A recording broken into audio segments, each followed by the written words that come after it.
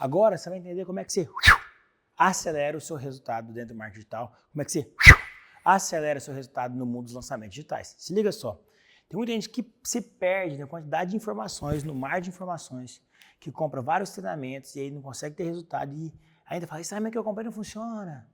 Só que você vai entender o exato processo que você tem que fazer. Muitos estão com obesidade cerebral. O que é isso? Estuda demais, sabe muita informação, mas não executa. Então você tem que entender a teoria do bot para você poder curar essa obesidade cerebral. O que é a teoria do bot? Você vai estudar e aplicar. Imagina só que você está num bot e você tem os dois remos. Um remo é do estudo, outro remo é da aplicação. Então automaticamente você estuda, aplica, estuda, aplica, estuda, aplica. Se você só estuda, só bate o remo direito, estuda, você vai gerar em ciclos. Se você só aplica, só faz, executa, e não itera, e não corrige erros, e não otimiza o que você está fazendo, você só faz. Vai chegar um momento que você vai ficar dando murro em ponta de faca. Aí também não vale esse esforço. Então você só faz, executa, e não busca otimizar o que você está executando, você não vai conseguir crescer.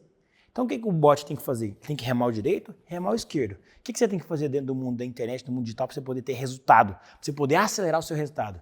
Remo direito, remo esquerdo. Estudo, aplico. Estudo, aplico. Estudo, aplico. Estudo, aplico. E quando você vai estudando e aplicando, seu bot atravessa o rio, seu bot atravessa o lago. Então esse que é o segredo.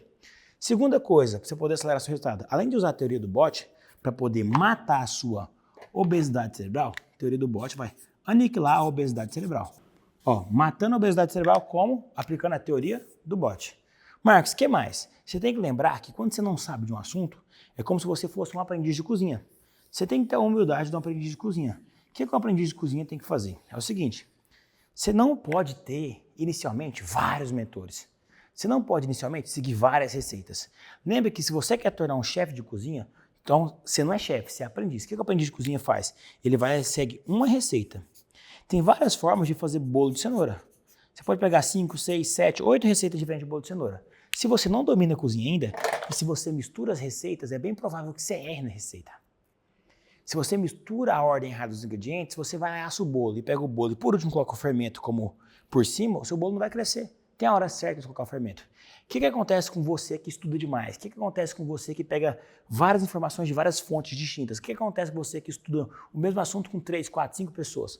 Acontece que você mistura essas receitas diferentes de uma forma que nunca existiu, que você fez. Então, um aprendiz de cozinha, se ele pega 3 receitas diferentes e mistura e vai fazer a receita dele e ele é aprendiz, essa receita é bem provável que dê errado. E acontece muita gente que fala assim, eu comprei 3 cursos no marketing digital e não tive resultado. Esses cursos não funcionam. Mas na maior parte das vezes, a culpa é da pessoa, porque ela misturou 3 receitas diferentes e ela é aprendiz de cozinha.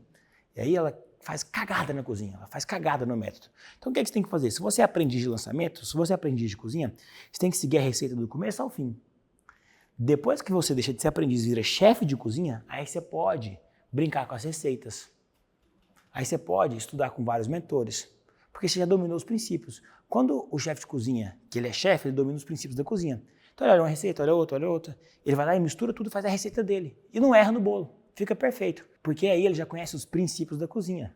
Porque ele já sabe os princípios de cada alimento, ele sabe a função de cada um. Ele sabe e ele entende as reações químicas entre os ingredientes. Por isso ele consegue mandar muito bem. Então o que você vai fazer se você é aprendiz de lançamento? Você vai estudar só esse método aqui. Marcos, você quer que eu fique viciado em você? Não. Enquanto você for aprendiz, você estuda esse método e aplica. Depois que você dominar esse método, aí você virou chefe desse método, chefe de cozinha, aí você vai buscando outras fontes. Senão você vai emaranhar várias receitas e não vai ter resultado. Então, Marcos, ok. E outra área? Como é que eu escolho um outro bom mentor? É o seguinte, qual receita eu escolho? Porque a receita, ela é só para você iniciar. Depois que você iniciou e ficou bom nela, dominou os ingredientes, aí você vira chefe de cozinha, você pode criar a sua, você pode misturar várias, você pode incrementar o seu bolo, a cobertura que você quiser. Isso aqui é só uma fase inicial, é só o primeiro step. Como é que eu faço para elencar uma boa receita, então?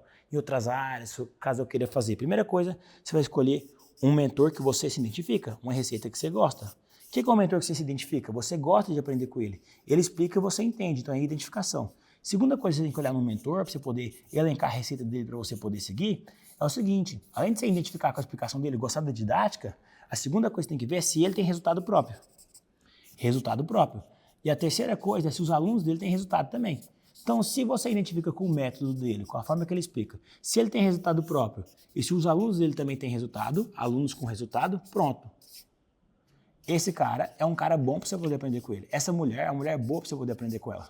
Então é assim que você vai acelerar o seu resultado. 1, não tendo obesidade cerebral, fazendo a teoria do bot. 2, respeitando o seu estado de evolução. Respeitando que você é aprendiz. O aprendiz no começo segue receita até virar chefe. Virou chefe, aí ele pode montar a própria receita. Aí ele pode misturar as coisas. Marcos, como é que eu elejo a melhor receita para eu poder escolher? Primeira coisa, você vai fazer assim. Quem que é esse cara que vai me dar essa receita? Eu tenho que gostar desse mentor e identificar com a explicação dele, com a didática. Depois, ele tem resultado próprio? Ou ele só é bom para explicar? Ele fez mesmo? Porque quem é bom para explicar, mas nunca fez, é consultor. Mentor é aquele cara que viveu e fez. Ele tem resultado próprio? Tem. Beleza. Isso é replicável? Os alunos dele também têm resultado? Tem. Ou passou nessas 3 coisas, você pode seguir essa receita que ela vai ser top. E aí você passou disso aqui, você nem precisa de receita mais. Depois que você virou chefe de cozinha, você cria suas próprias receitas. E é assim que você acelera o seu resultado dentro do digital. Além disso, eu quero falar com você e eu quero identificar aqueles pontos fracos que você tem. Por isso que na próxima aula a gente vai fazer isso. Eliminar os seus pontos fracos.